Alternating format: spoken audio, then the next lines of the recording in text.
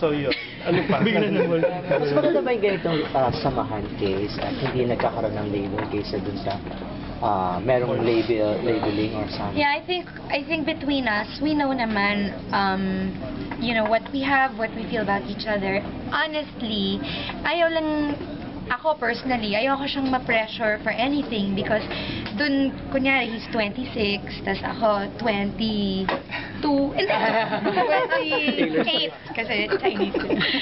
Yun, parang I'm older than him by a couple of years. May time na parang, syempre ako may mga priorities na nag-iiba, may mga suddenly nare-realize ko na parang next year gusto ko ng ganito, gusto ko ng ganito. Mahirap to talk about a serious relationship because he's also coming from a different, diba, situation na iba rin ang priorities din niya ngayon. Yun lang, kaya rin ayaw namin i-label because dun kami medyo hindi masyadong nagmi-meet, to be honest. Yun. So, kaya pag sinasabing ganun, ayaw namin siraan kung ano meron kami. But at the same time, respeto ko bilang babae na ibigay sa kanya yung space to grow as a man. And katulad ng sinasabi ko, ang importante sa akin, nandito ako para i-improve yung buhay niya, hindi para maging liability. And at the same time, di ba, maganda na share ko sa kanya yung experiences ko with family or with work. Yun lang. Ikaw din, Pao.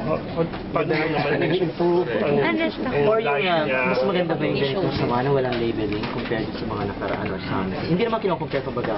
Actually, parang hindi ko actually sasabihin na walang labeling kasi parang we're best friends, we're friends. We have this connection, parang we treasure it now and kumbaga, ayun, we have, yun rin siguro, we have different priorities as individuals.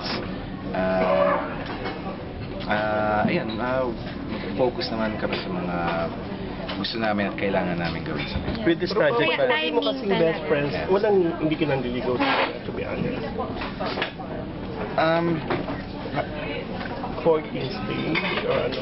Or tapos na yun, kapag napatunayan mo ng yung intention. Akin kasi parang, well, personally, sorry.